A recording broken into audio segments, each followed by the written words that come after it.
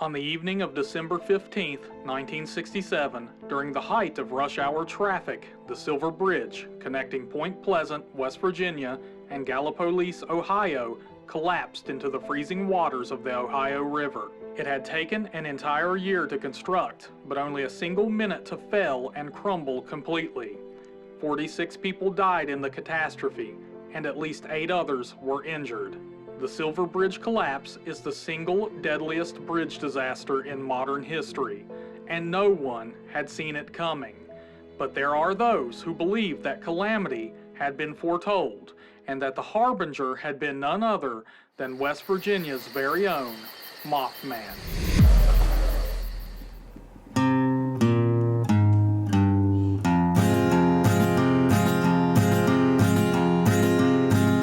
Say a storm's a-comin', a dark and stormy night.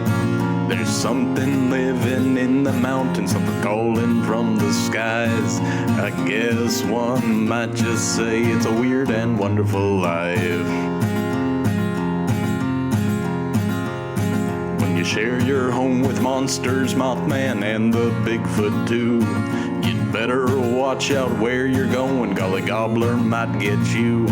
You can run, but you can't hide from this weird and wonderful life.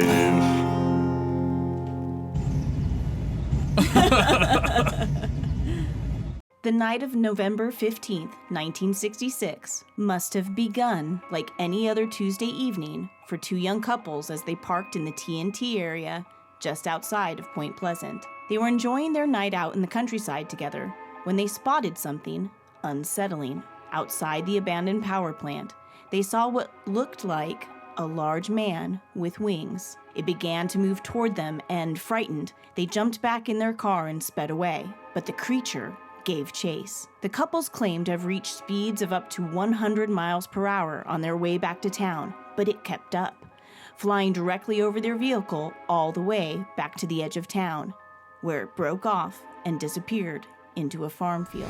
This was just the first encounter with what eventually would be dubbed by the media as the Mothman. This mysterious creature who stood 6 to 7 feet tall with an impressive wingspan of 10 feet and eyes that glowed red when struck by light would be seen repeatedly over the next year until the Silver Bridge collapsed and he simply disappeared. So today we're headed to Point Pleasant, home of the Mothman. Babe? Yeah? What are you wearing? Mothman catching clothes. Mothman catching I'm gonna clothes? get him in these. Look how, What about a Hawaiian shirt says Mothman catching clothes? they're bright. He's totally gonna be attracted to this. Lights, babe. Bright lights. Not bright clothes.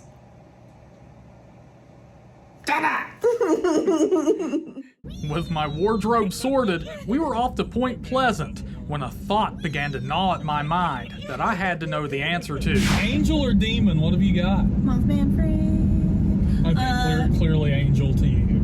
Angel. Right? Like he's like a harbinger. So he's like, yeah, like a heart, like he's warning people of what's going to happen. He is. It's very kind of Old Testament. Okay, of like Biblical. Tragic events and stuff, like. Yeah. He's a harbinger. Okay. Just letting people know something's coming. Something's coming. What are you gonna do if you meet the Mothman? Well, let me tell you something, baby. If he's an angel, then cool. I'll give you some beer, some Cheetos, whatever he needs. Beer and Cheetos. Beer and Cheetos. Angel food. Yeah, angel food. Food of the angels. Yes. But if he's a demon, Yeah. I'm gonna bop him. Bopping. I'm gonna give him the old ham hock of a fisticuff to the snout. What do you think about those apples? Yeah. I'm glad you're here to bop things for me. I'm gonna bop him. I mean, you know. Bop. Too bad we didn't bring our bug zapper. Oh. We have one of those paddle bug zappers. Yeah, the kind that like electric. It looks like a tennis racket that's electrified. Back Mothman. Missed opportunity. I know. Mothman, that's why his hair's sticking up. He got bug zapped. With that out of the way, and with soaring confidence from me, The drive to Point Pleasant was, well, a pleasant drive. It even gave us time to work on our carpool karaoke.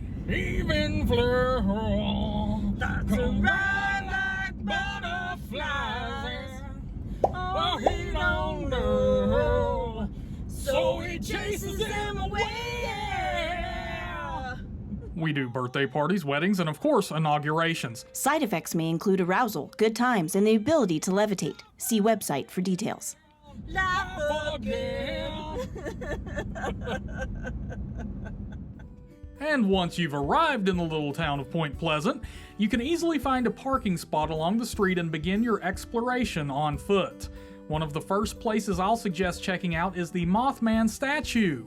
Make sure you view it from both sides for a friendly reminder to never skip leg day. This bad boy has buns of steel. Here we are with Mothman. Here we are with Mothman's ass.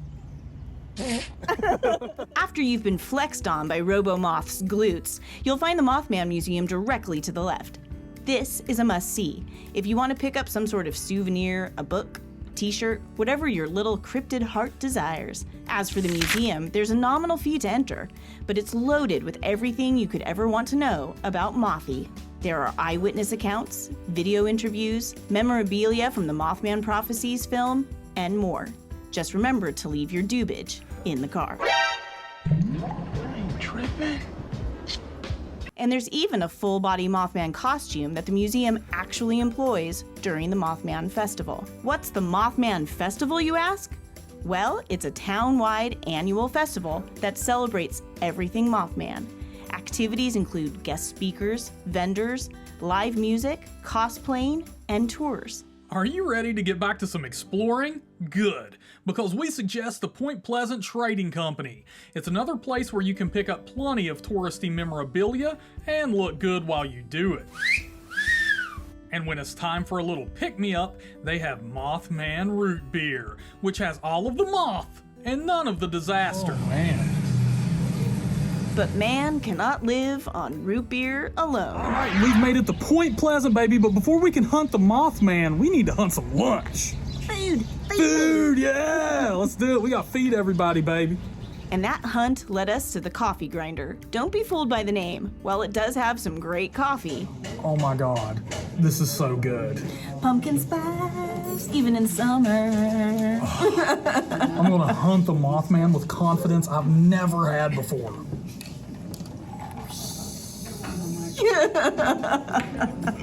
It's a quaint little cafe that has all the fixins for some yummy lunch, too.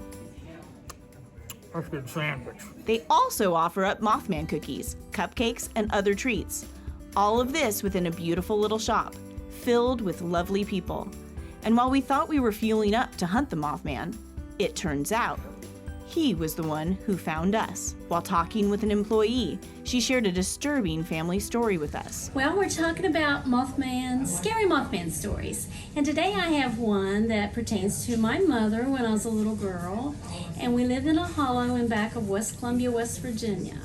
And she was walking with my aunt to go to a social in West Columbia.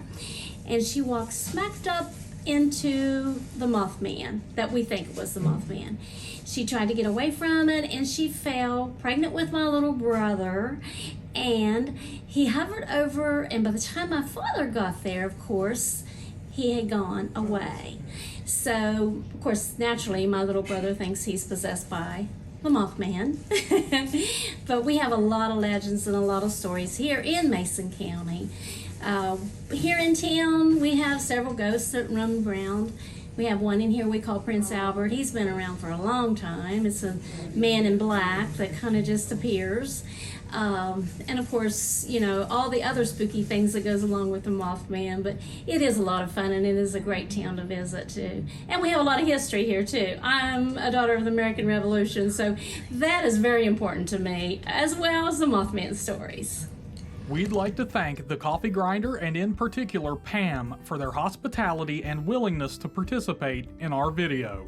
And in case there was any doubt about the antics Steven was up to, And you can't come to the Coffee Grinder without getting their legendary Mothman cookie. Oh, I feel like Ozzy. Ah.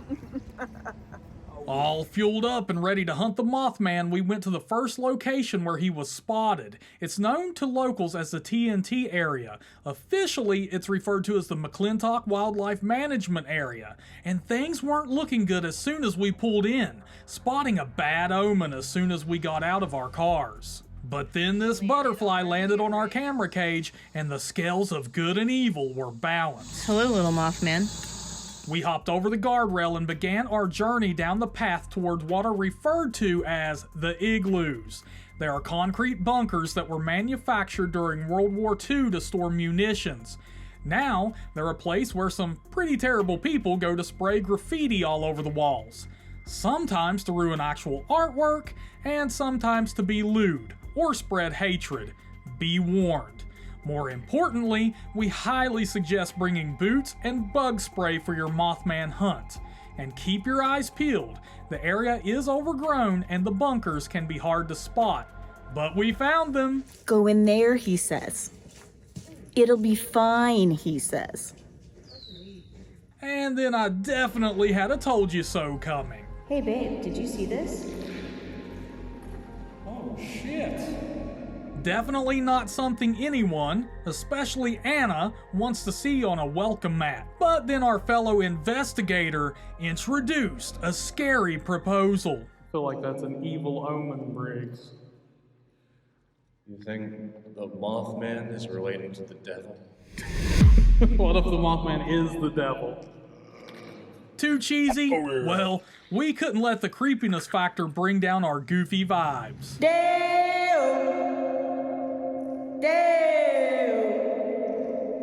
Now that you see how Anna deals with stress, I was becoming desperate. I mean, this was the question of the day. Where is Mothman? So, when we made our way to the next igloo, I had one last trick up my sleeve to pull the Mothman out of hiding. I think I figured it out. It ain't the shirt that matters. It's the lights. Yeah. Suck on this, Mothman. I wore a ton of glow sticks, as did everyone else, hoping to draw him out of hiding. We tried everything we possibly could, but the Mothman was a total no-show. Shenanigans inside the domes.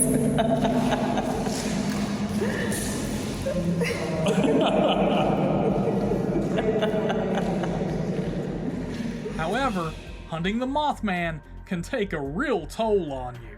So we were off to Village Pizza. We were hungry, and unfortunately for Mothman, he was on the menu. Our pizza arrived, but Steven can be a harsh critic. Alright, I'm gonna eat this Mothman pizza, but I'll tell you what, if it sucks, I'm gonna pop the Mothman. Babe, you can't bop the Mothman. I'm gonna pop it. We dug in like rabid animals, and lucky for Mothy, no bopping was necessary. This actually is really good pizza, and they're not stingy with their ingredients whatsoever, as you can tell. It's also really fairly priced, something like $1 an inch. I think this 16-inch Mothman pizza was 16 bucks, something like that, but pretty good. Overall, a great meal and a satisfying end for the day. Point Pleasant has survived more hardship than many other communities are ever asked to. It would be easy to understand if this had become a dark and dismal place, if not utterly abandoned. Instead, what you see when you come here is the strength at the very core of West Virginians, a strength that doesn't deny that pain has been endured, but rather takes survival as a point of pride, embracing the darker side with a sense of humor. And whether the Mothman is an angel, a demon, or a figment of a collective imagination, Point Pleasant has let this mascot breathe new life into their community. And you should see it for yourselves. Next time on Weird and Wonderful, the team travels to the historic Lowe Hotel in Point Pleasant, West Virginia for an investigation that can only be deemed as weird and wonderful. Oh, look. Yeah, we have a new friend. Friend today. Yeah, what do y'all think about that, huh? Squatchy. Yeah. All right, go to bed, Squatchy.